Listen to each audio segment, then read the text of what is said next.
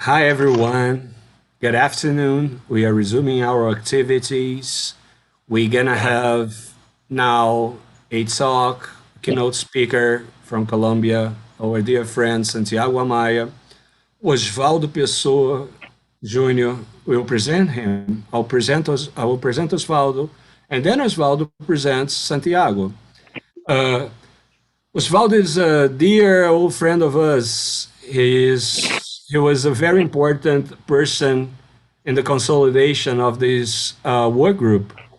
When we started this work group, we had a bunch of younger, less consolidated researchers, and I seduced Osvaldo to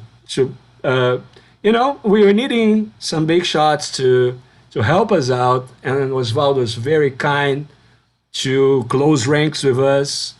I'm gonna talk about a little about Osvaldo CVs now.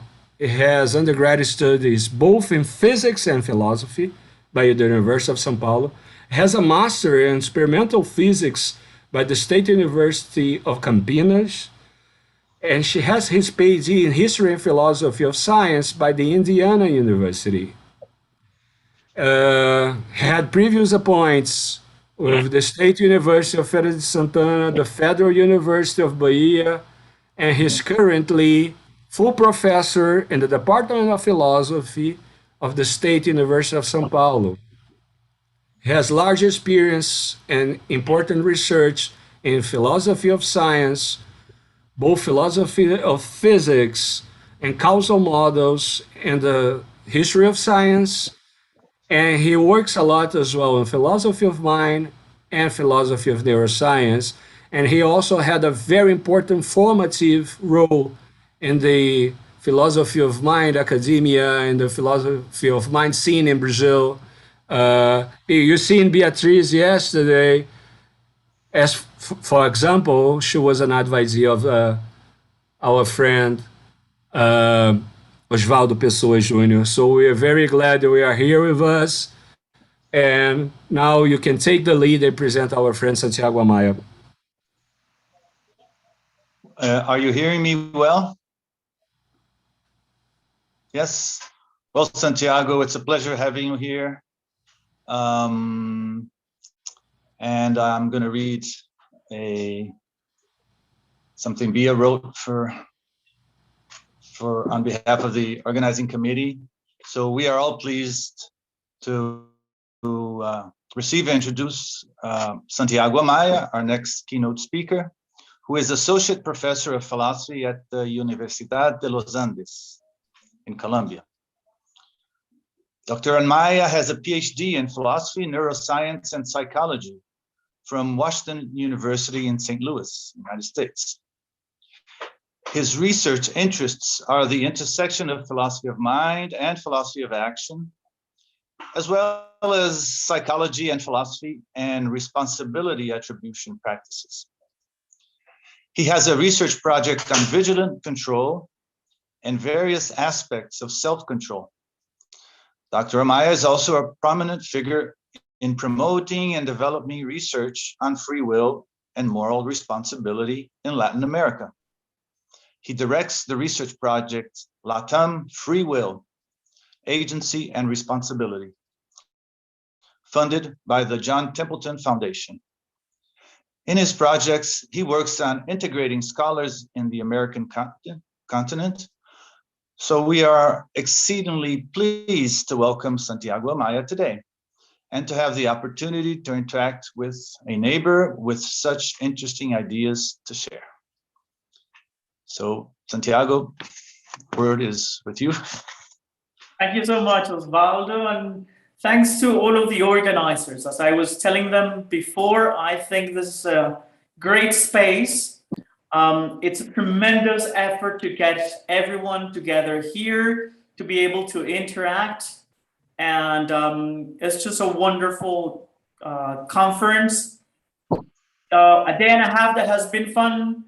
3 more days to go that promised to be fun. So thank you so much for that. And thanks also to all the people who've been connecting. It's just fun to know that Even though we're not able to travel, we still can speak, exchange ideas, and talk about things that makes lives a little bit more tolerable these days. Okay, so so the organizers a few months ago told us there are 3 topics here. Freedom is one of them.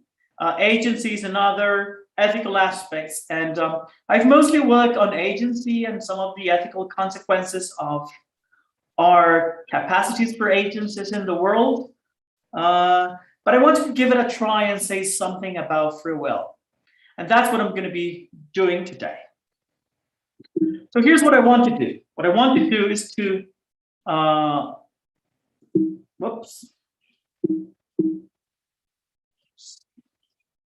I want to defend the claim that gives a title to this talk. Okay? The free will is vague. There are different ways of precisifying that claim. Here's one way in which you can do it. The predicate is free as applied to human decisions and actions is vague. Okay?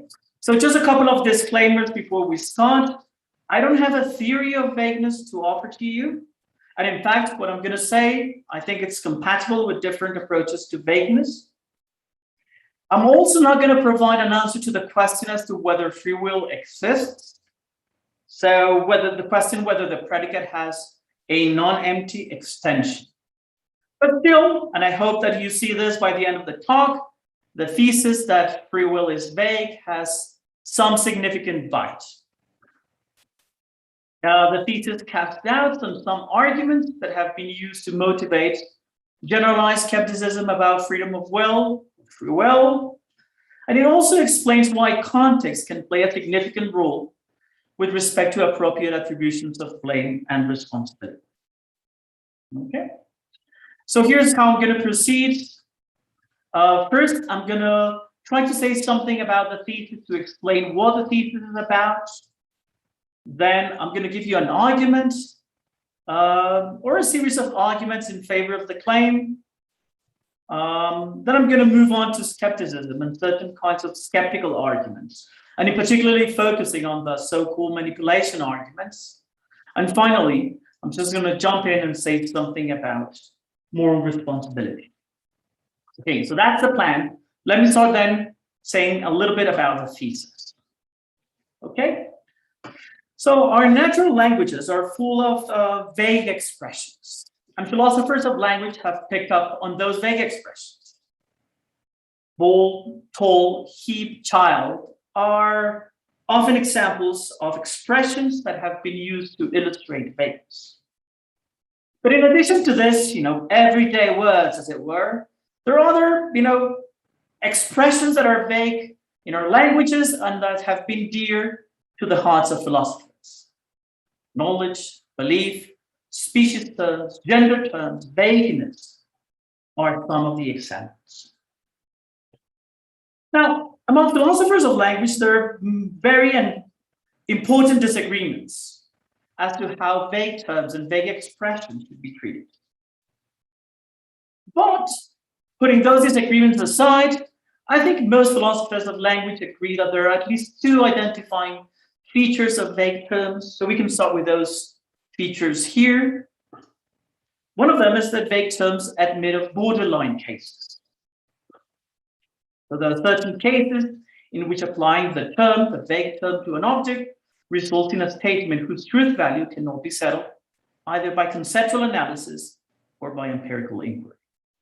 So there are some men who are definitely bold, some men who are definitely not bold, but there are, certain borderline cases in which no matter how much we discuss, no matter what information we find out, it's not clear whether that person in particular is or is not bold. So Roy Sorensen puts it in these terms: borderline cases are inquiry resistant. That's the first characteristic of vague terms. In addition to that, in addition to admitting of borderline cases, they also give rise to Saraida's arguments. So once you have a vague term, you can use the vague term to construct statements and arguments that have the form of a Sorites. Okay, you're probably familiar with this sort of arguments, but just to have fresh one toy example, here's one. One is a small number for any natural number greater than one. If the number is small, then adding one to that number results in a small number, and hence, whoops, all the natural numbers are small. Okay, you can make the converse argument. You can start from 1 trillion is a big number. Just change your premise, your inductive premise, that's premise 2, and you can conclude that all natural numbers are big, including the number 1. Okay, so that's, you know, as much as we need for the purposes of the talk. There are certain terms that are vague, and those terms can be characterized by the possession of borderline cases and by their giving right to Sorites. Okay, now I want to say something about the term free will. Not much, I'm afraid, but a couple of things that we should keep in mind. So as used in philosophical discussion, the free will is a term of art. Non-philosophers, of course, have believed about free will, and Thomas, who will be speaking on Friday, has shown us that many of those beliefs are actually beliefs that are robust across different cultures. But I want to focus on the term as philosophers normally use it, acknowledging, of course, that there are complicated relationships and interesting relationships among the way philosophers use the terms and the folk, as it were, use the term. But one thing to notice about the term free will is that the term is a fuzzy term. It's a term that doesn't have quite a precise sort of meaning. So here's Manuel Vargas talking about it. Among other things, free will has been characterized as the ability to do otherwise, kind of control required for more responsibility, decision-making, a capacity to act in the way we believe, etc., etc. Okay. Now, we can try to tease apart and kind of explain what is it about the term free will that makes it kind of a fuzzy term. And there are sorts of things that we can get out of the way to make sure that we hone in to the aspects of the term free will that make it a vague term. Okay, so 2 things that we can say about the fuzziness of free will. First of all, you know, free will is a term that is invoked in different evaluative domains. So many theories pair the concept of free will with the concept of moral responsibility, but many who work in this tradition accept that free will goes beyond the domain of moral responsibility. If you're Tim O'Connor echoing Bob Kane, so free will just has connections with other things, connections with creative work, with effort, autonomy, the dignity of persons, etc. So one source of fuzziness for free will is the fact that it's invoked in different evaluative domains. In addition to that, we should recognize that the term free will is somewhat ambiguous. And this is something that you can easily grasp upon if you reflect on the kind of central arguments that have been deployed on the free will debate since the 1960s, 1970s onwards. Consequence argument and Frankfurt sort of case. And if you think about those arguments and try to trace the reactions that philosophers have had to them, you find that, you know, philosophers usually use the term in 2 different ways. There's on the other one, the kind of leeway notion of free will. So the idea here is free will is compatible with the truth. It's incompatible with the truth of determinism because determinism precludes the idea of alternative possibility. One way of thinking about free will has to do with alternative possibilities. And the other is this compatibilist responding and taking the lessons from the Frankfurt cases. Free will is possible, even if determinism holds, because what matters for free will is authorship. And this compatibility are appealing to this notion of free will as source. So we have this different sorts of things that make free will kind of a fuzzy concept. It's used in different evaluative domains. It is somewhat ambiguous. But even if we strip those things away, we're still going to remain. We're still going to have in our hands a remnant of vagueness. And that's the kind of vagueness that I'm going to be interested in talking about. So we can just start clarifying the sort of things that we have. So we can do this thing, okay? Yes, free will is involved in different evaluative domains. Let's focus on the evaluative domain that has to do with moral responsibility. Okay? And we can do, as Dirk Pereboom does elsewhere, you know, I'm going to forget about leeway incompatibilism. I'm going to focus on source incompatibilism. We can precisify our use of the term free will in either of these two ways, and still we have we're still going to have a remnant of fuzziness, and that's what I'm going to be interested in.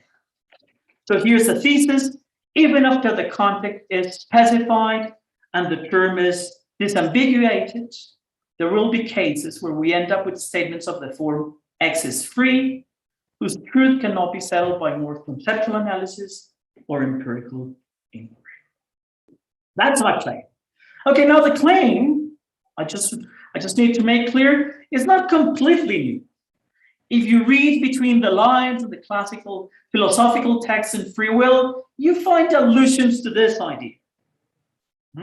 So here's Peter van Inwagen very quickly doing this. He thinks, well, most of our actions are either by choice or automatic actions. Only those that we choose to do can be counted as free actions. And then he says, but between these two extremes lie all sorts of cases.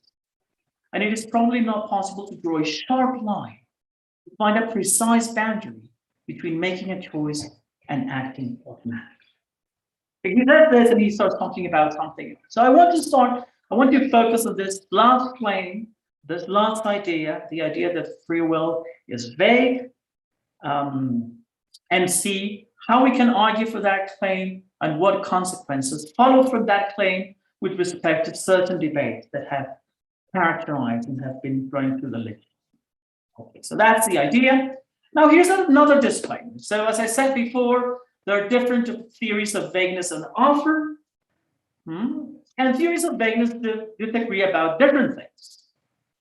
So we have vague terms, and one of the things that we want to find out is what's the source of that vagueness, whether it's just linguistic vagueness, whether that linguistic vagueness is inherited from some sort of conceptual vagueness, whether it reflects some ontic vagueness. That's one source of discussion, and also about the semantics of the vague terms, and in particular, the principle of bivalence. So we have different positions here, but I want to remain neutral among all of them.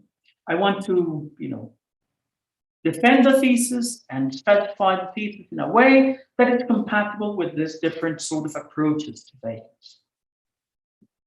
Here's one illustration of this. We might think that free will is a vague term because our concept of free will is vague. And again, we can do that if we think that there's something as conceptual vagueness. Okay? And again, we can take our theories of concepts and apply them here. Maybe, as Manuel Vargas has suggested, free will is a descriptive term, and it's a descriptive concept, in which case the beliefs that are central for conception of free will made out of vague concepts. That's one way of accommodating the thesis. Or maybe free will, Boyshindiri says this, is a term that refers directly. And then we can think of the clusters of properties that explains why free decisions and actions are in fact free, is a vaguely defined cluster. Either way, we can accommodate the thesis we can accommodate it and explain the thesis in terms of conceptual vagueness. Okay, so I'm not going to be doing that maneuver. I'm just going to stay at the level of linguistic vagueness, and that should be enough to get us going and to take us to interesting places, I hope. Okay, so let me just now. So that's the thesis that I want to defend.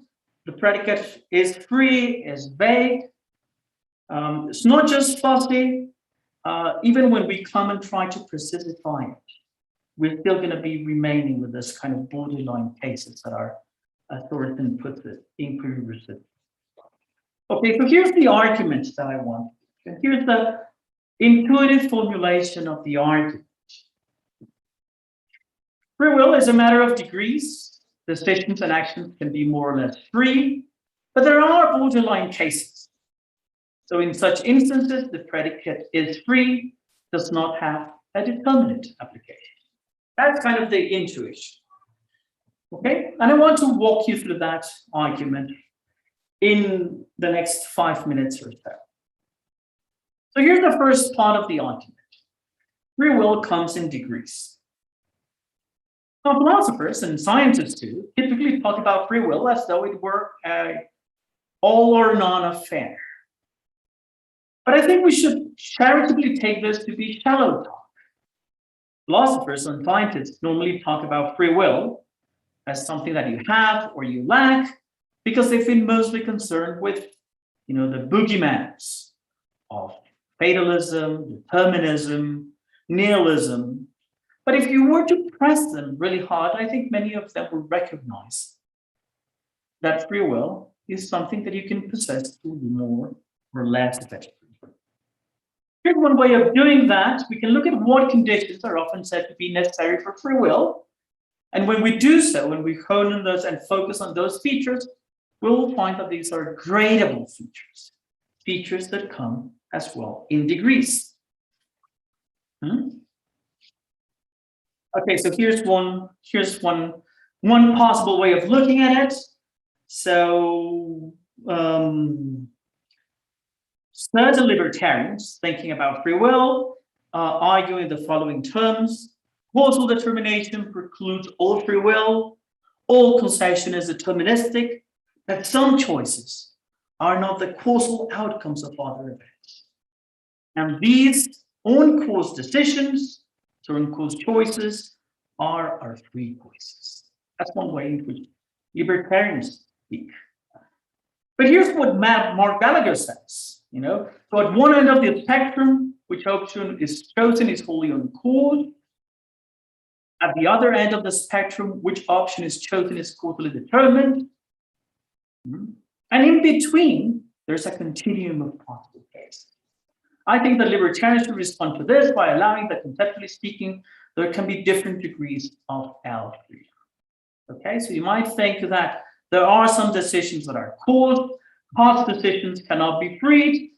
Uncaused decisions are paradigmatically free, but in between there's a bunch of cases of things that are not wholly caused or wholly causally determined.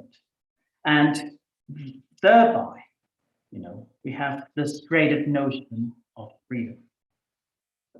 Different ways of putting it is, some compatibilists have talked about free will and have specified free will in terms of reasoned responsiveness. And again, responding to reasons is something that has degrees. You can be more or less responsive to reasons. So here's Michael McKenna, the cases of handy and dandy, two cases that he discusses, just related features.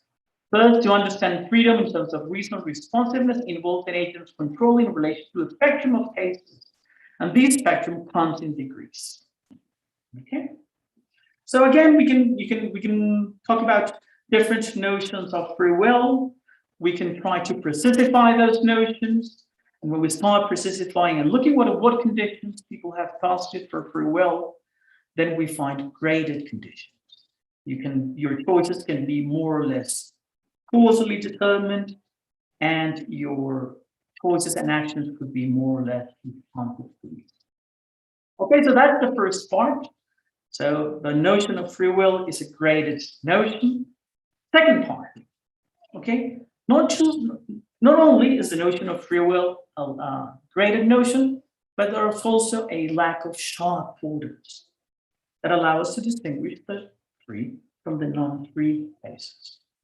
Let me just give you a couple of arguments for that. But there are essentially three arguments that I'm going to talk about. I'm going to focus on the first two. There are certain lack of fit considerations that show why there are no sharp borders. And there's the argument from vaguely defined metrics. And I'm going to be talking about it very soon. Okay, so here's the first sort of argument. If there were sharp boundaries, there will almost be negligible difference between some free and some unfree agents, the agents of the margins. But the difference between being a free agent and not being one is always huge. Therefore, there are no sharp boundaries between the extension of his free and his not. Again, this is a very schematic way of putting the point. Perhaps a more, florid, interesting, and rhetorically punchier way of making the point is this by John Fisher. He says, I believe that our fundamental status as agents should not depend on certain subtle ruminations of theoretical physicists. That is, I do not think that our status as agents should hang on a thread. That is, it should not depend on whether natural laws have associated with them probabilities of 0.99 or 1. In my view, that sort of empirical difference should not make a difference to our moral responsibility. Okay, so what's the basic idea? So if you are, if you believe in determinism and you're not a compatibilist, if you are not a compatibilist, and if you believe that there is some indeterminism in the world, well, not, indeterminism by itself is not going to provide you much solace. You want not just a gradual difference, a small difference between the free and the non-free agent. You want to find a big difference between them. But if you start thinking about the probabilities and the things in terms of which your freedom might depend, you're not going to find sharp boundaries marking the free and they're not free. Okay? So the sort of things that can provide us with sharp boundaries are not appropriate to distinguish the free and the non-free. That's one way of putting it. Now, on the other hand, we could find, things that allow us to distinguish the free and the non-free. But those things do not have the precision that allow us to make and to find our boundaries. And that's the argument that follows. If there were sharp boundaries, there will have to be precise degrees of variation in freedom-relevant features, but there aren't precise degrees of variation in some plausible candidates. And hence, there are no sharp boundaries between the extension of its free and its not. So to those who think, well, just the difference in terms of probability is not going to give you a difference in terms of free and non-free agents. What we need to think is about more robust features of agents. Maybe reasoned responsiveness is one. The problem is that reasoned responsiveness is not doesn't provide a precise metric. So some agents are super responsive to reasons. Other agents are moderately responsive to reasons. Other agents don't respond well to reasons, but that's as precise as we can get. If we try to get more precise about our notion of reasoned responsiveness, we get into certain kinds of problems. So Manuel Vargas, for instance, at some point says, in order to be free, you need to be reasoned responsive in a suitable proportion of possible circumstances. To which Marcella Herdova and Stephen Kirsch rightly point out the following. We're not sure how to make sense of the idea of proportions of possible worlds, since the set of possible worlds that concern us are infinite. We're also not sure what it takes to be a proportion to be suitable. We will not press this issue.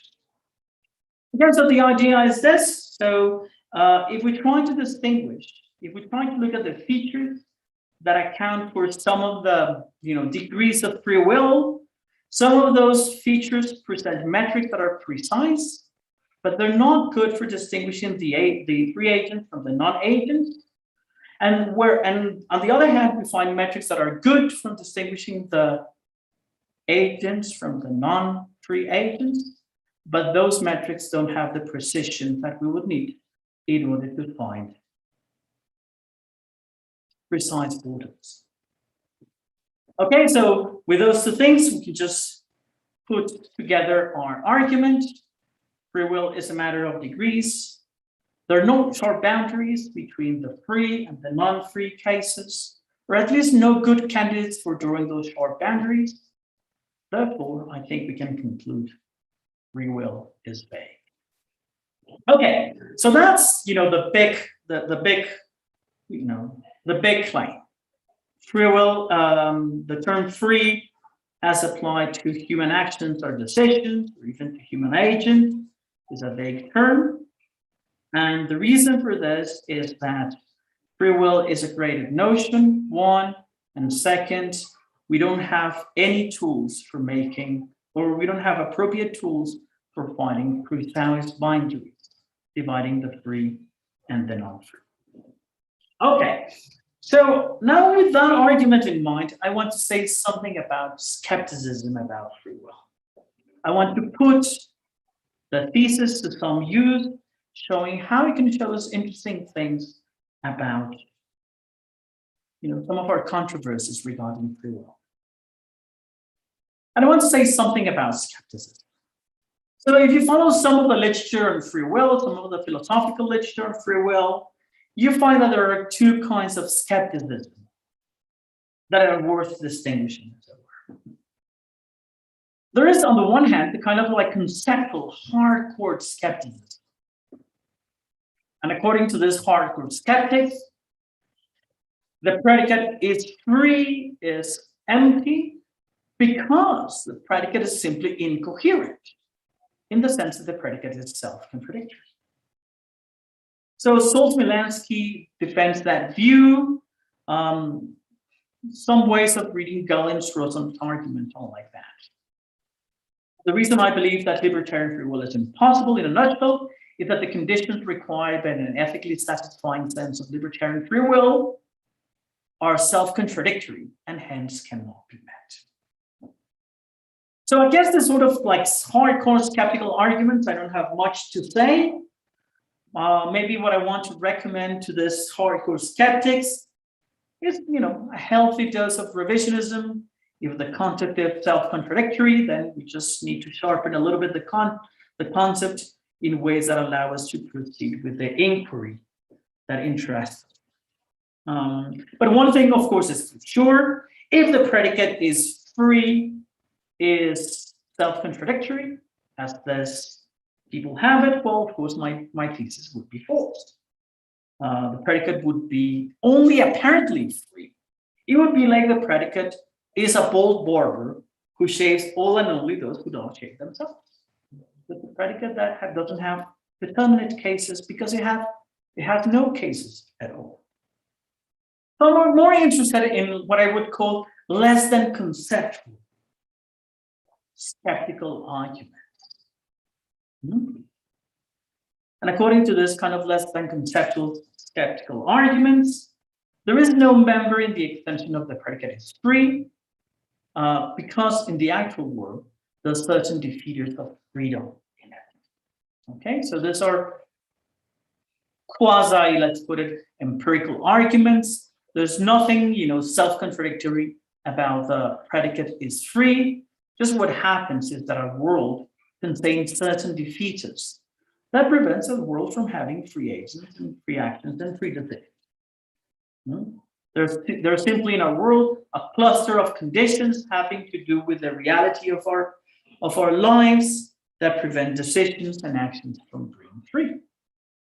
Okay, so I'm more interested in those sorts of arguments. I want to say, like, once we recognize the vagueness of free will, I think we can start casting some doubt on those arguments. And the thought is going to be this: if free will is vague, then the cluster of conditions that produce free will is also vague. And many of these skeptical arguments should take advantage of this vagueness to convince us of conclusions that we shouldn't be convinced about. That's roughly the claim. Okay, so there are different kinds of skeptical arguments. I'm going to focus on one particular kind of skeptical arguments, the so-called manipulation arguments. And this might be just a small corner of all the skeptical arguments, but I think some of the strategy that you're going to see over here and the kind of argumentative moves that I'm going to try to present are ones that can be replicated with other sorts of skeptical arguments.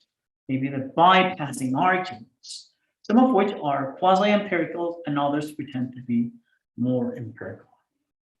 Okay, so what are the manipulation arguments?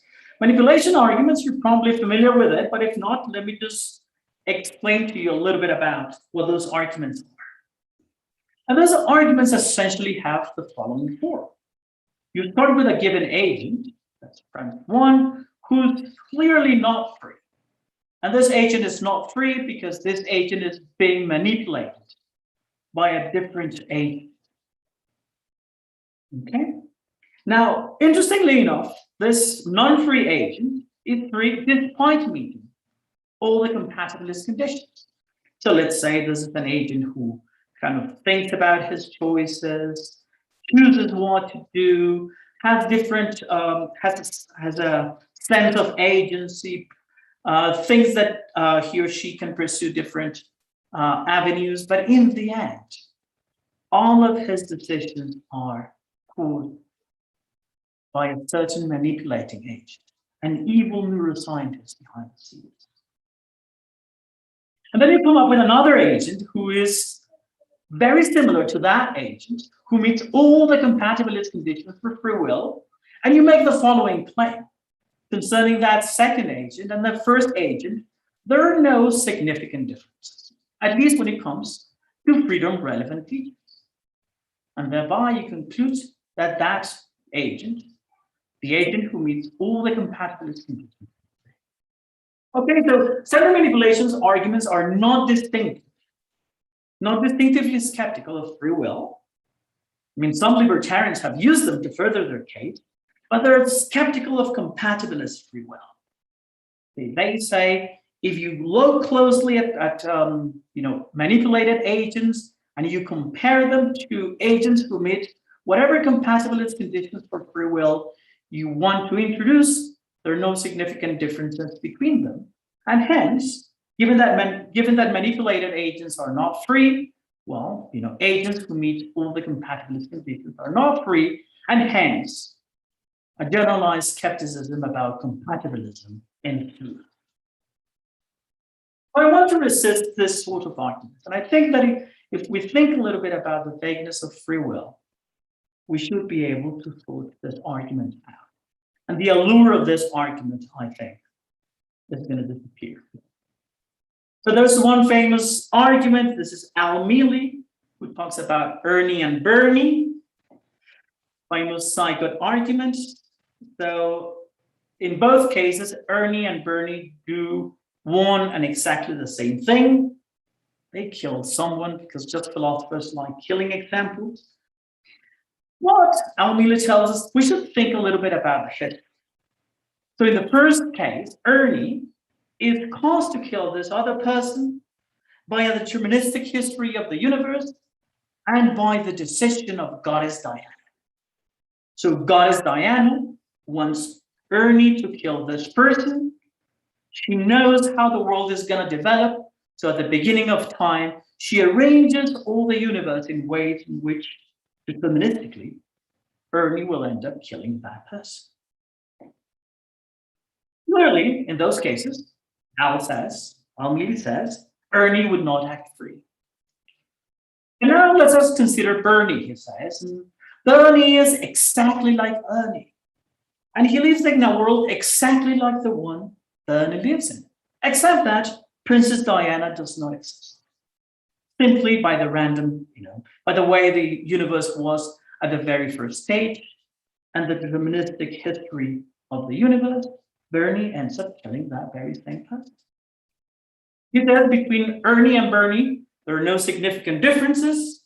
So if Ernie is not free, which by hypothesis we have decided that he's not, Bernie shouldn't be free either. Now the argument is not, as maybe as interesting and persuasive as people would like it to be. You might think, well, between Ernie and Bernie, there's a big difference. One thing is the intervention of another agent, Goddess Diana, and another thing is just a plain deterministic history of the universe. So maybe the argument doesn't work that well. Ernie is not free because it's manipulated by an agent, whereas in Bernie's case, it's a completely different sort of story. So we do have, and we do find a significant difference here. And that's a story that you can tell with many manipulation arguments that have been proposed. But I think a better manipulation argument, one that incompatibilists I think is the big argument, is the one offered by Dirk Perp. It's the four-case manipulation argument, which is way more complicated than Miller's Sykert case. It has a lot of caveats and a lot of, there's a lot of pros in order to be able to describe the argument. But essentially, it's an argument that has four cases. In the first case, we end up with a manipulated agent. Our last case is an agent who's not manipulated but lives in a determinist universe. And the thought is exactly the same thing. We can move between agent 1 and agent 4. There is no significant difference. So if agent 1, the manipulated agent, is not free, the compatibilist agent, the agent who meets all the conditions that compatibilist claims, is also not free. That's the structure of that argument. So here's the case that Perman talks about. It involves Plum killing a certain person, call them White. Okay. And why does he kill White? For egoistic reasons. Okay, so in the first case, Plum is manipulated by some neuroscientists who are fiddling with his brain just in the moment until he decides to kill White for egoistic reasons. The first case is a little bit like that, except that the neuroscientists do not directly control him. They started controlling him as soon as he was created. Case 3, it's more like a Walden sort of case. So Plum was not directly manipulated by anyone. It was the circumstance of his community that determined to think egoistically and hence decide killing White. And finally, we have our deterministic scenario. Okay. So we can simplify a little bit the argument, just not to give you the rhetoric. So Plum is locally and directly determined to kill White. Plum 2 is locally and indirectly determined to kill White. Plum 3 is contextually and indirectly determined to kill White. Plum 4 is globally and very indirectly determined to kill White. Okay, so we have different sort of scenarios where some external factors intervene on the agent's decision. And we have here two axes of variation. There's the local versus contextual versus global. The axis of variation has to do with how targeted the intervention was. And there's, the direct versus indirect is how close to the action, or to the decision of the agent, was happened the intervention. That's essentially Perelman's argument. So he comes and says, okay, you have those cases, and once you have those cases, here is the argument. He said, well, clearly Plum 1 is not free. If your decisions are directly manipulated by neuroscientists, you are not free. But if Plum 1 is not free, Plum 2 is not free either. He's equally, determined. He's equally determined to kill White, locally and indirectly determined. There's no significant difference. And if Plum 2 is not free, he says, well, Plum 3 is not free either. Okay? And if Plum 3 is not free either, Plum 4 is not free either. Okay? So given premise 1, we can conclude that Plum 4 is not free, which gave us the conclusion that Perelman wants to get at.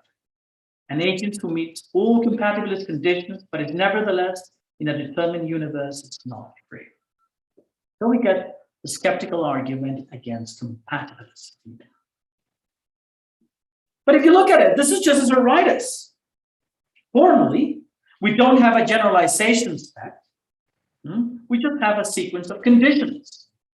But the difference between those two things is not significant for the purposes of this Aritis. And semantically, if it were, we still have the appeal to vagueness. So external influences could be defeaters of freedom, depending on how intrusive they are. We characterize how intrusive those influences are in terms of how targeted they are and how direct they are. For instance, targetedness and directness are degree notions with no sharp boundaries. We're able to move from case 1 to case 6 very, very swiftly. Okay? So what we have then is, determination all the way down. So if we look in terms of partial increments, there is no categorical difference between the first step and the last. There is, as it were, no significant difference in each of the steps. But obviously, jumping from case 1 to the last case is a big leap. And that's the leap that the incompatibilists want us to take. Okay, so I could say a little bit more about that argument, but I'm going to skip that in the interest of time and move to the last. So I say, let's think about our term free will. And if we think about the term free will, this is the claim. We're going to see that the term is vague. It's not just only a degree notion, but there are no sharp boundaries separating the free and the non-free. This is important, I explained, because it allows us to see why certain arguments people have found persuasive against compatibilist free will are not as persuasive as they might seem. I've illustrated that by thinking about the manipulation argument by Herbu, but that's just one example of many, arguments against compatibilist free will that have been offered. Bypassing arguments have that form, the argument from situationism, the argument from consciousness, at least some versions of it have all that form. One can be more or less conscious, one can be more or less determined by situation, one's values and decisions can be more or less bypassed. All of them just have exactly the same structure. Okay, so that's been mostly a negative sort of conclusion, and I want to say something more positive, moving from free will to moral responsibility. Okay, so that's what I'm going to do in the last 10, 15 minutes. So as I said before, free will is a fuzzy term. It's being used in different evaluative contexts, but certainly one central feature, one central context, evaluative context, in which the term has been used is in connection with the idea of moral responsibility. And many people think that free will is a condition for moral responsibility. So the idea is roughly this: an agent is morally responsible for some action or decision F, only if the agent F freely. Okay, that's the idea. And again, you can understand the semantics of this idea differently according to the theory of vagueness that you adopt. So you can be a super valuationist and say, well, general statements with vague terms are not necessarily true, necessarily false, but they might be super true. Under every reasonable precisification, the claim is true. Which, one way of formulating it. Interesting though, the claim just serves as a regulative principle for possible precisification. That's what I want to say. Okay, now, but I want to put the term. So let's assume that free will is vague. Maybe I convince you of that. Let's assume that free will is tightly connected with responsibility. And then, just the thesis can help us understand and think a little bit better about some features of the responsibility game, as it were. So Daniel Milken, among other people, have defended recently the idea that moral responsibility comes in degrees. It's not just that some forms of wrongdoing are worse than others, or that agents have a more direct or indirect role in certain morally repugnant events that are made possible by groups of agents. But it's also, and this is key for people who have talked about moral responsibility as coming in degree, that agents are differentially equipped to behave in accordance to moral norms. Some agents have more capacities and more opportunities to behave properly, and some agents have less capacities and less opportunities to behave morally.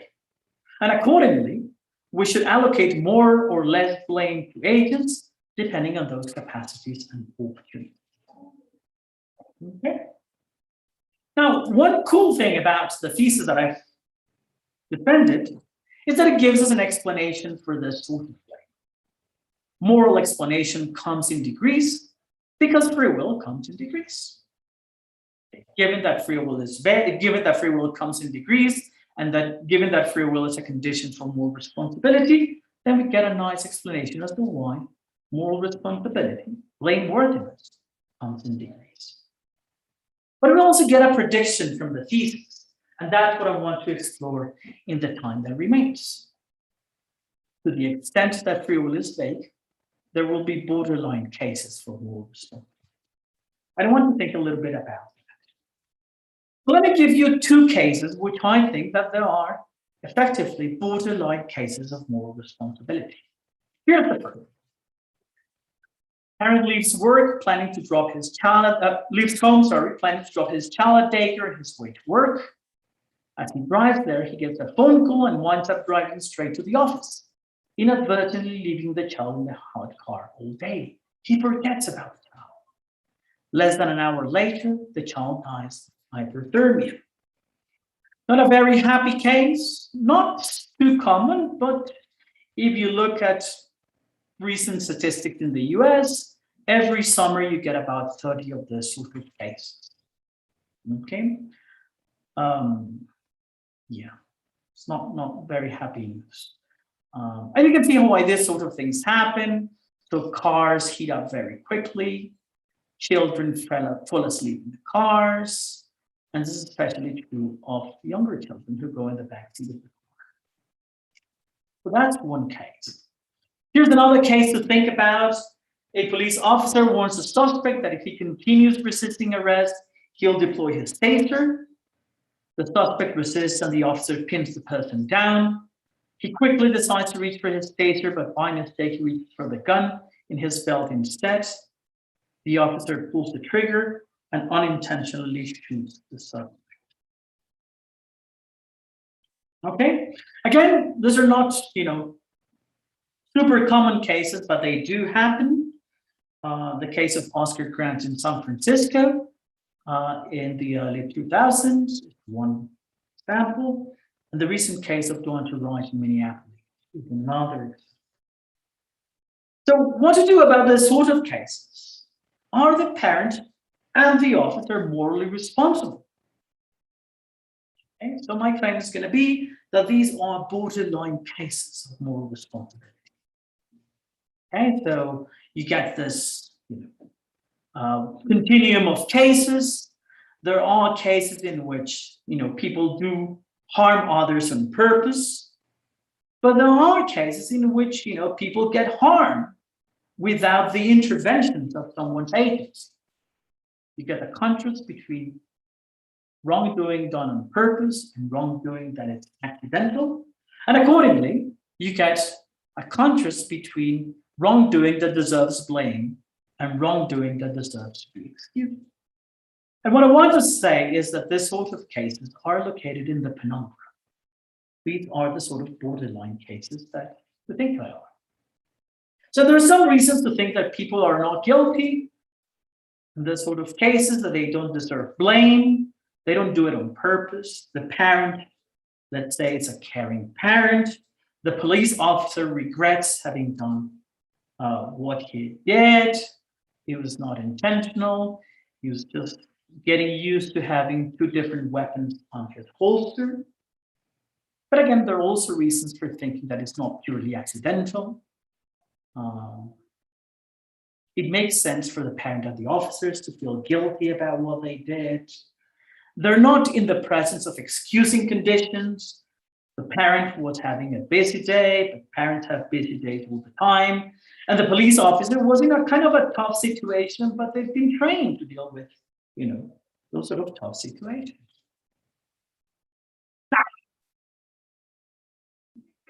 So that's the claim, but I think we can go further beyond this, and we can explain why these are borderline cases. Not only we can just take them as borderline case of more responsibility, but equipped with the tools that we've talked about so far, we can also say why these are borderline cases. Why is it that some philosophers tend to think that people are responsible for this sort of things, whereas other things that people are not responsible? And indeed, the law, if we think about legal practices, tend to go one way or the other. So here's one possible explanation, depends how you catch these terms. Free will as, suppose you understand free will as reason responsive. So an agent is morally responsible for some action F, only if in F she exercised up to a certain degree the relevant capacity to be regulated by reasons. You can say that. And one complicated and interesting thing about this sort of cases is that they involve mistakes, but the mistakes are not unreasonable. Neither of the agents, the parent or the officer, acted in the most reasonable way, but they behave in ways that were somewhat reasonable in the past.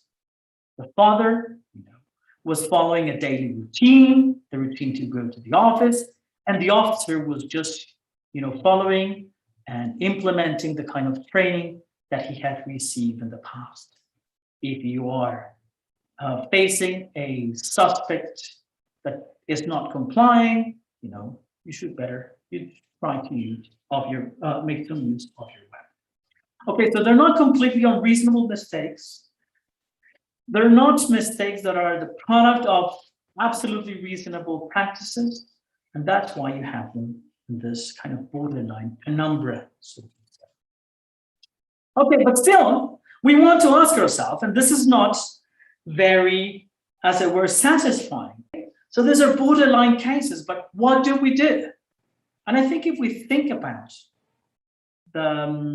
our thesis and we think about free will as being vague and how that infuses more responsibility, then we can do a little bit of work here. Okay?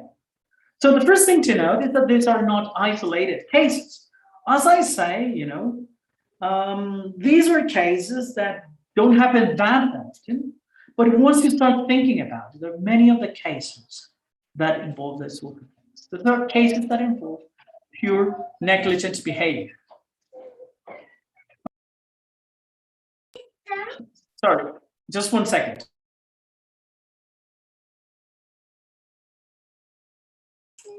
So that's my kid asking what kind of car he has. So sorry about that. So the first thing to note, I was saying, is that these are not isolated cases. Once we start thinking about it, understand the structure of these cases, we can find it, we can locate this as cases of purely negligent behavior. Okay, what is pure negligence? Well, there are morally harmful behavior that is not intentional, not the product of ill will, not reckless, cannot be traced to reckless decisions, etc. What we want to know is how to answer, how to treat this sort of cases. Okay. In practical life, you cannot just say that the person was borderline responsible and leave it at that. We have to kind of answer the question and say something about it. And if you look at the literature of negligence, what you see is that the opinions are all the way, all over the place. So some people think that people should be held accountable and responsible for their negligence acts.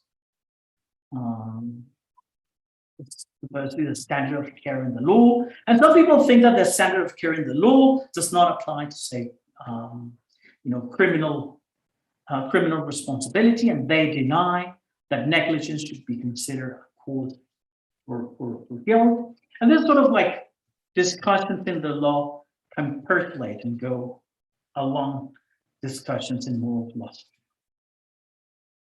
Some people saying, well, we have certain conditions for more responsibility, and we try to show very hard how this case, some of these conditions survive, with other people saying we have these conditions for more responsibility, intent, choice, etc., and showing how this sort of cases depart from this condition.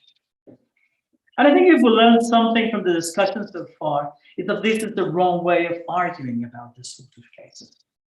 And instead, we should learn about what we normally do about the sort of, practical decisions that we have to make in real life when vague cases are faced. So when in real life we have to make cases about decisions about vague cases, what do? Is we apply to practical or pragmatic considerations. Okay? There is no borderline, there is no sharp border that allows us to distinguish a child from adults. But for certain pragmatic reasons, we choose one age over another.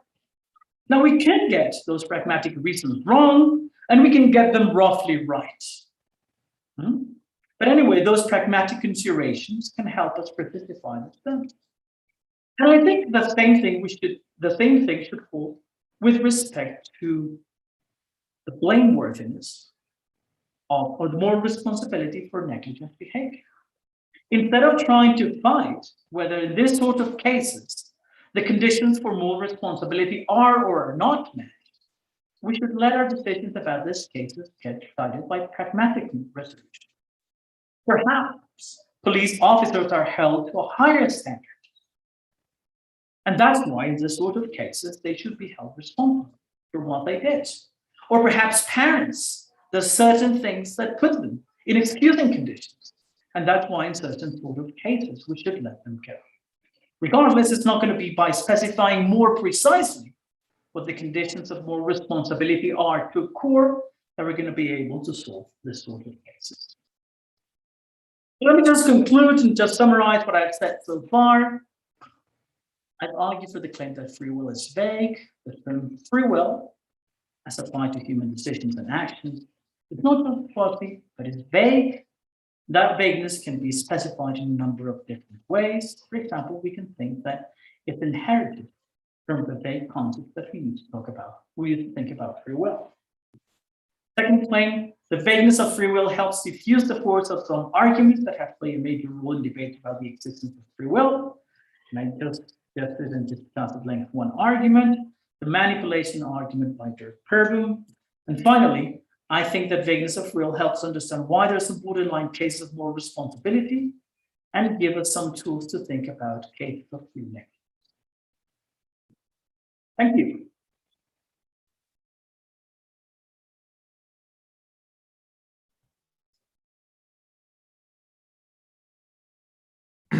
Very well. Thank you, Santiago. Now we have our time for questions and discussion. I would like to open with a brief question, Santiago.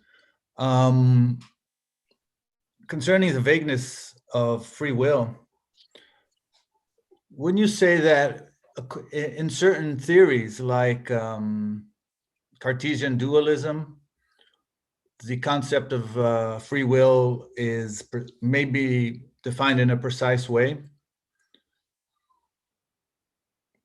Yeah, so I think, yeah, good. I do think that there could be ways of precisifying the term. The question is whether those ways of precisifying the term would be acceptable to different parties of the debate.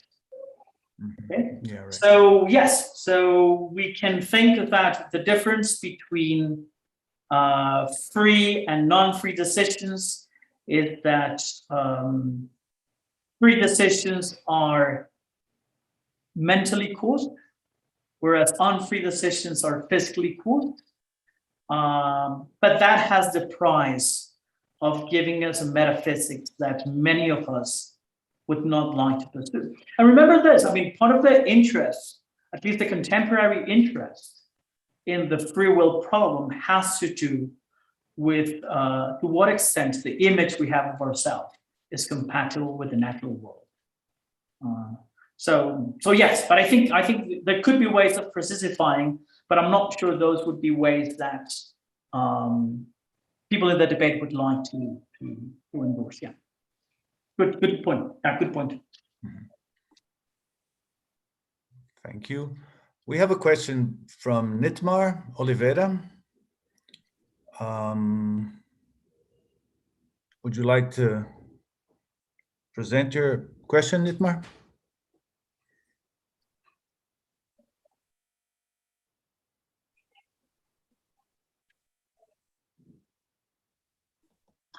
I'm not sure if Nitamar is here. Oh, if he's, I get, yeah, you're right, yeah.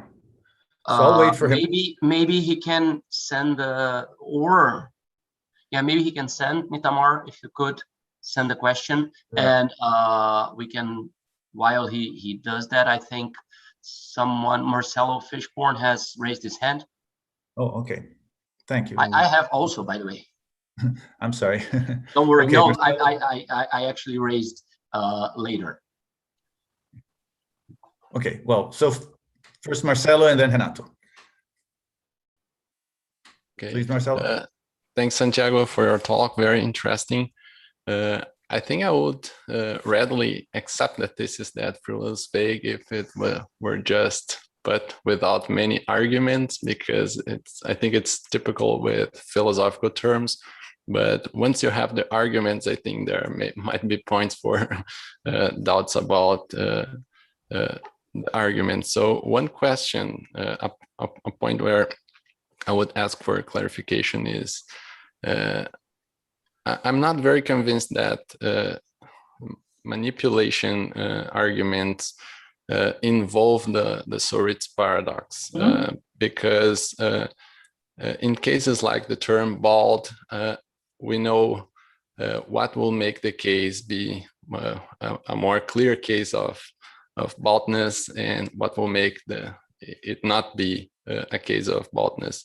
But in the Ernie and Bernie argument, I think it's more difficult, because there's, in one case, there's the presence of the manipulator, and the other, it's just no manipulator. So I'm not sure there's a degree aspect being changed step by step there.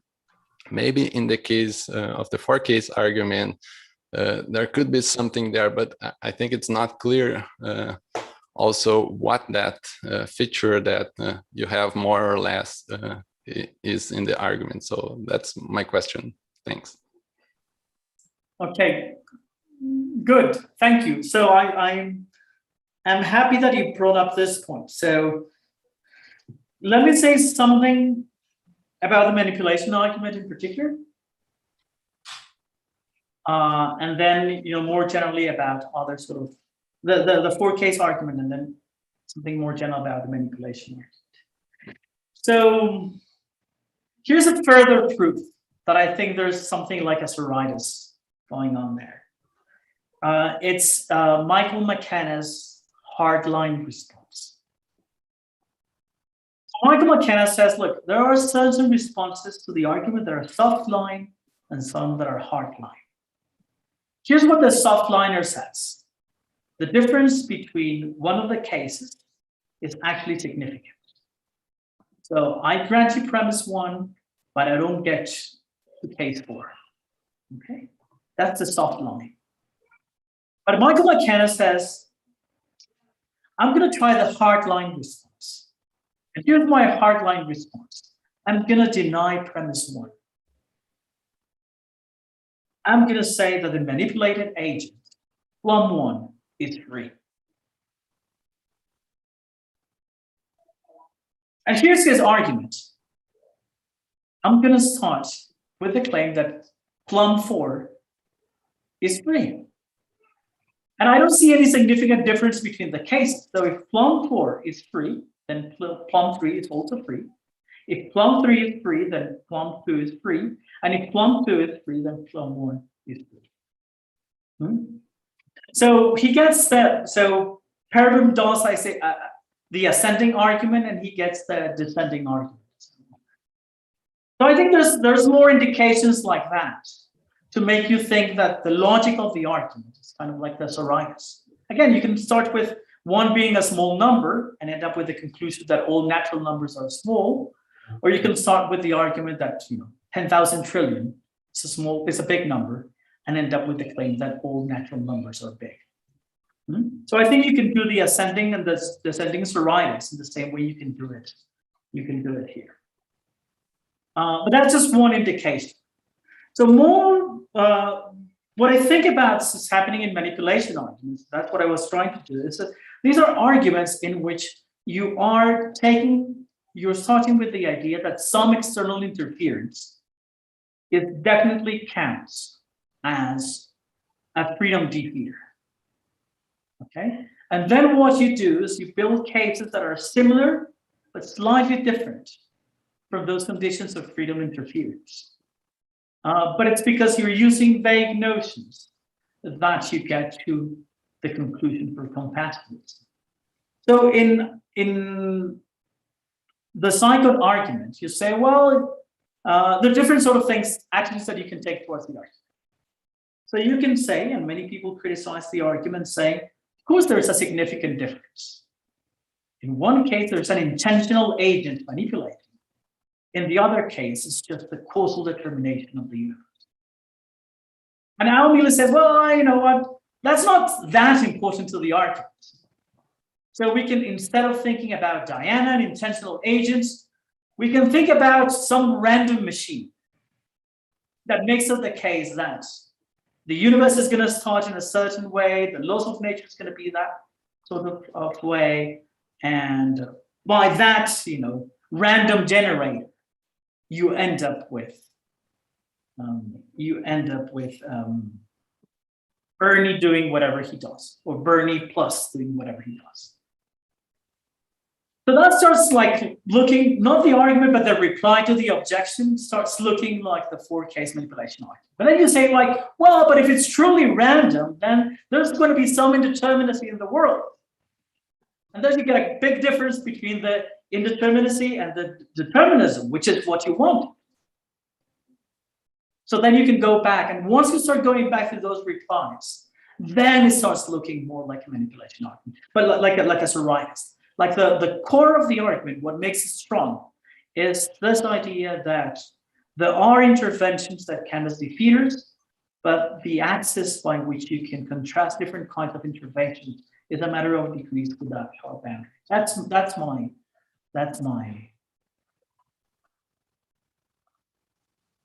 my response, but I know what you make of it.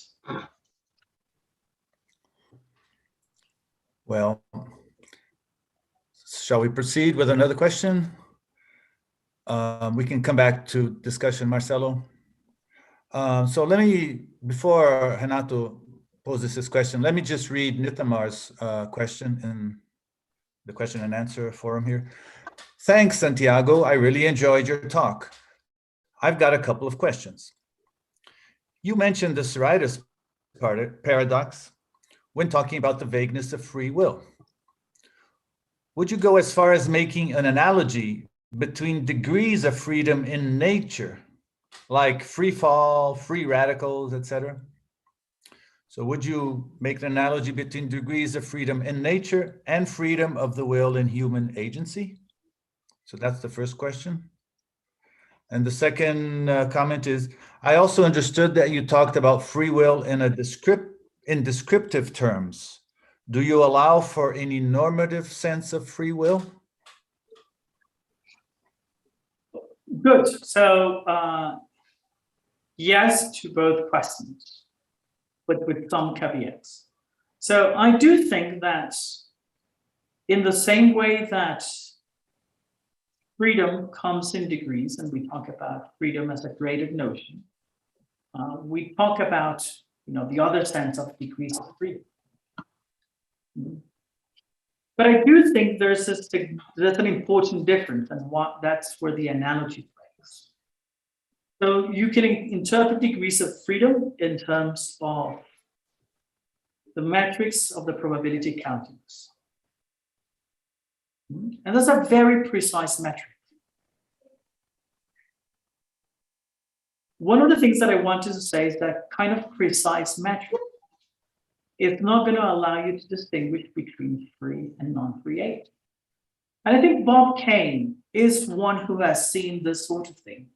And he goes at pains showing, look, it's not just indetermination that is required for he's a incompatibilist. It's not just the absence of determination that is necessary for moral responsibility.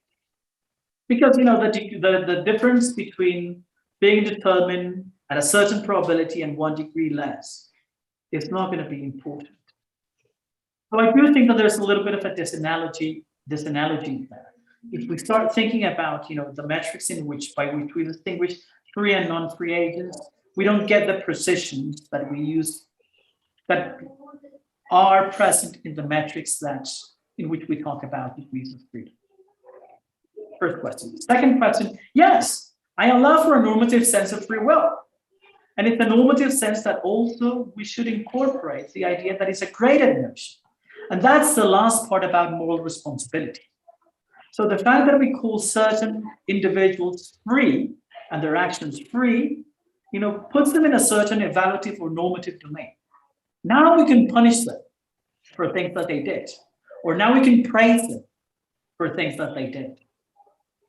Well, I think we should also apply what we said about freedom of will to this normative, to this in the descriptive term, in the descriptive thought bit, to this normative bit. And I think we should say, well, in this sort of cases, the borderline cases, we have agents who have done things that are wrong, but it's not clear or unclear, it's undetermined that they deserve praise or they deserve blame. Now, one thing that we can do is we can start precipifying our notions to come up with a practical variant. But we should be cognizant of the fact that it is not by virtue of considerations of desert that we're going to be deciding one way or the other. It's going to be more pragmatic considerations. So that's the gist of it, yes. I hope that makes sense. But thank you for the question. Thank you. Well, now I'll pass the word to Renato. Thank you, Osvaldo. Thank you very much. Professor Santiago, thank you very much for your talk. It was very, very interesting. I really enjoyed it. I have some, it's more than actually just a question. It's just a consideration, and I'd like to know about your thoughts about this. But the thing is, more than vague, free will is polysemic, right? And I would really like to know your opinion about this, because you start reading Mel, for example, and then you go start reading Paraboons, and then I hear you. And if you do buy into the premises, all of them make sense. The thing is, I have this clear notion that people are just not talking about the same thing. Right, and it's a very the polysemy, the variety of meanings of around the same term, right? The free will. It's very, very clear to me if we should start and before all of this talk and just define the terms. A lot of this confusion, I guess, would be avoided. I would really like to ask you two things. How much do you think all of the free will debate is impregnated with this kind of linguistic confusion? Okay, first, and because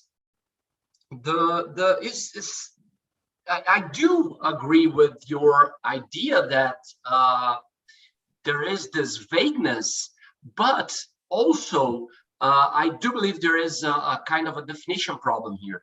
I was talking in my talk yesterday that we have 2,000 years, arguably 2,000 years of the concept of free will that carries a very loaded metaphysical meaning, and that all has been changed in the last 50 years, and people just want, let's just resignify it and give a completely different meaning to this long tradition.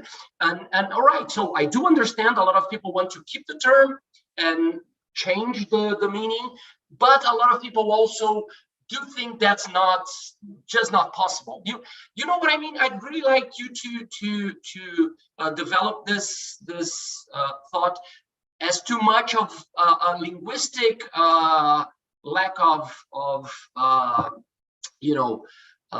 agreement is there behind the free will debate? Oh, you're Good. muted. That's a lot. That's a lot of things, but yes, all very relevant and interesting. So let me just like go through at least some of the things that stood out from you. So I do think that there are, many discussions that have not been properly settled because we don't have a clear understanding of the terms of the debate. And I think that's one of the important things about the consequence argument and the Frankfurt cases. Because I think, for the first, not the first time, but at least in 20th century philosophy, we were forced to make precise what we meant, but a little bit more precise what we meant by free will.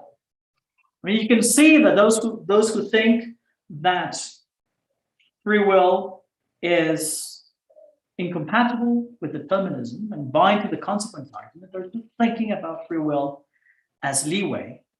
Whereas those people who have find, persuasive the Frankfurt cases, they're more thinking about free will as source. So just making that distinction, I think, save us for a lot of discussions and a lot of confusions that we could have avoided had we paid attention to those different understandings of it. So I think that's, but I do think that one of the things that has, changed since then is that people are being more precise about the use of the term. So I think Dirk Perboom is just one example. Michael McKenna is another example, but Darren Elkins is also a good example of people who have taken the pain of just like, making as precise as possible the let's put it, the term, or how they're understanding or thinking about the term free will. And a lot of good things have followed from that. That's the first point. I do think that there is a remnant of imprecision that is there and that cannot be settled that way. And that's the issue of vagueness that I've tried to bring up. Okay, so when you have a vague term, so vague terms are unlike ambiguous terms. So you wonder whether I mean bank in one respect or bank in another sense. And I can easily clarify which of those sentences are one without deviating from common usage. I'm not stipulating anything. I'm just telling you it's this versus that other way. Okay? I'm not inventing any new meaning for the term. Whereas when it comes to vague terms, you cannot specify past a point without stipulating. Again, stipulation there could be good reasons for stipulation. And I think it's it is that remnant of imprecision that I wanted to bring out today. Now, why is it important to bring that remnant of imprecision? And I think it connects very nicely with, maybe I disagree with some of the things that you were saying yesterday in your talk. Because I think that if we truly embrace the idea that freedom is something that is vague, and that freedom is connected to more responsibility, which I think is a good connection to make, then we're going to end up with these cases that are borderline cases of more responsibility. And if we do that, then at least one aspect of our law should be different. The aspect that has to do with negligent behavior. Because in that case, if cases of pure negligence are effectively borderline cases, then we should sort those cases and we should talk about those cases in a different way, in a way different than the way we've been talking about. So it's pragmatic considerations that are going to allow us to decide whether the negligent agents are responsible or not, guilty or not. but not considerations about the nature of excuses or the condition of a guilty mind. Finally, I do think, and I think, Manuel Vargas has this revisionistic thing. He says, look, we should be able to revise the concept or the terms. And that's part of what philosophers do all the time. Philosophy is not just the preservation of common sense. Sometimes we just have to, and I think we should do it. I think we should definitely do it. As far as we find it necessary. But I think that here's a case in which we have a vague term. We could precisify it more, but I think it's just recognizing the vagueness of the term is actually doing positive work for us. It's not getting in the business of formulating theories of free will. It's not being an obstacle to thinking about policy making. It's actually making a positive contribution to make it easier the task of thinking about those things. So, there might be other reasons to work on the concept, precisify it, get rid of certain connotations that the concept has, or the term has, but not this one, I think. So that's a long answer, but I hope I. Thank you very much. Okay, we have one more question here from Milena Morvillo. She's talking about the perspective of Freud, psychoanalysis. Could we consider the concept of a Freudian slip as some sort of excuse to do something you don't know that you desire doing and really act out the free will? For example, in the case of the policeman who took the gun instead of the taser. Okay, so let me put aside the case of the policeman for a second. So, and let me talk in more general terms.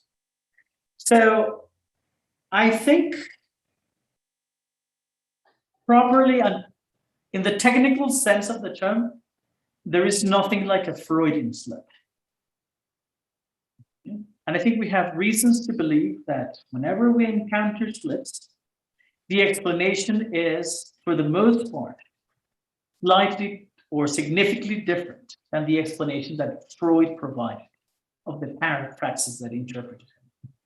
And part of it is because we don't have solid evidence of the existence of the kind of repression mechanism that Freud was talking about.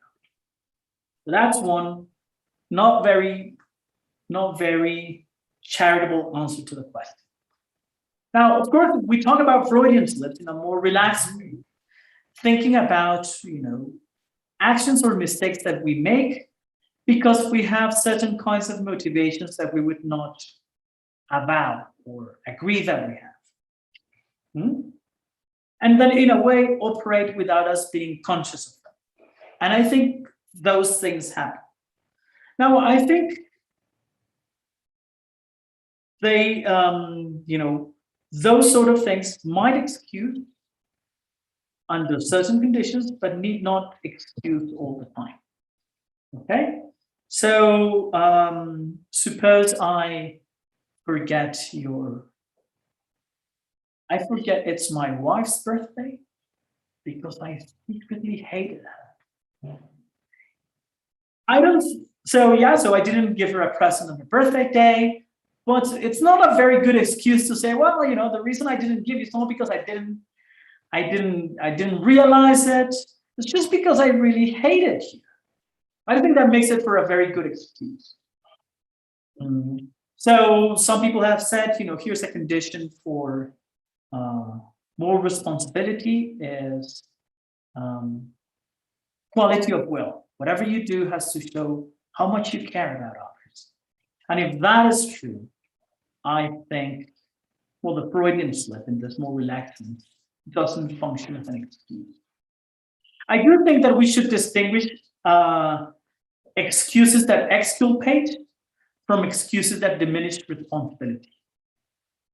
And I think, some of this mistakes brought about by unconscious motivations fit into that category. So certainly no excuse to say to my wife, I didn't give you a present because I forgot, and I forgot because I have this resentment that has been building up towards you. It's not an excuse, but it certainly diminishes the responsibility as compared to a situation in which I deliberately, didn't give my wife a present just because of all the resentment I've built in the past few years. Okay? So I think these are cases in which there is a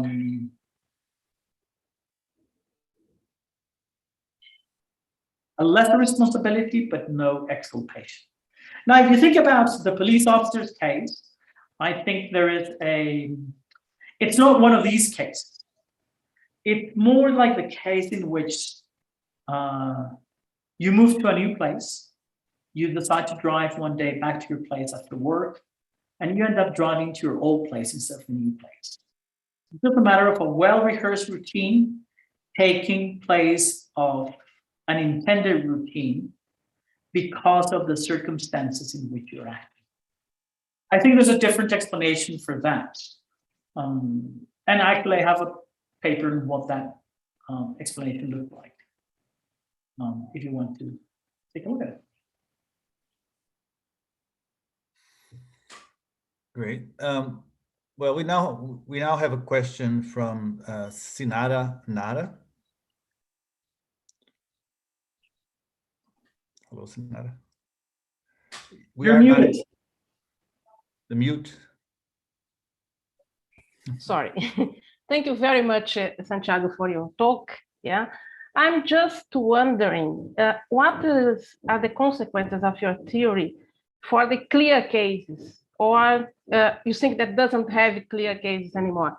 What I have in mind is the following. I go with you in this spectrum, yeah, when you have lots of shades, and in the middle you talk about the borderline cases, yeah. I go with you that there is no sharp boundaries anymore. But if you look at the big picture, you're gonna see in one side, yeah, the next to the extremes, the cases where there is no free will at all, and in the other side, the case where you can clearly, at least in my intuition is to say this, where clearly there is free will, yeah.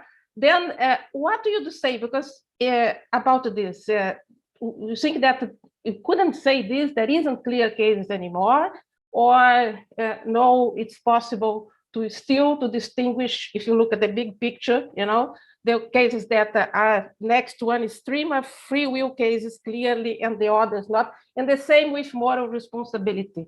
What do you say about this? So good. So I still think that, as with any other vague term, there will be clear cases. Okay. The cases need not be actual. It could be possible.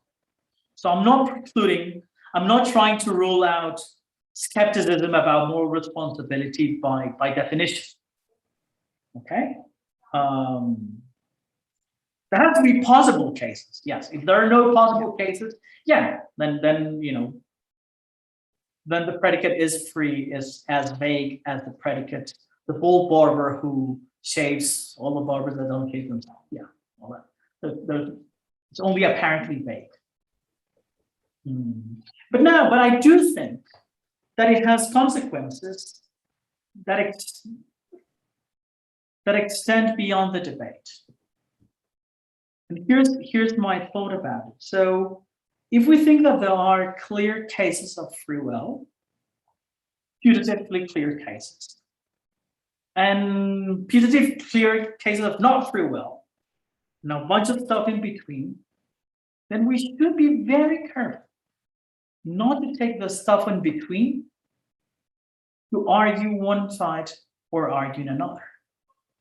So I think one of the things that we've been seeing from skeptics of free will, a lot of it, is to take the in-between sort of cases and try to generalize from those in-between sort of cases to bigger and larger sorts of things.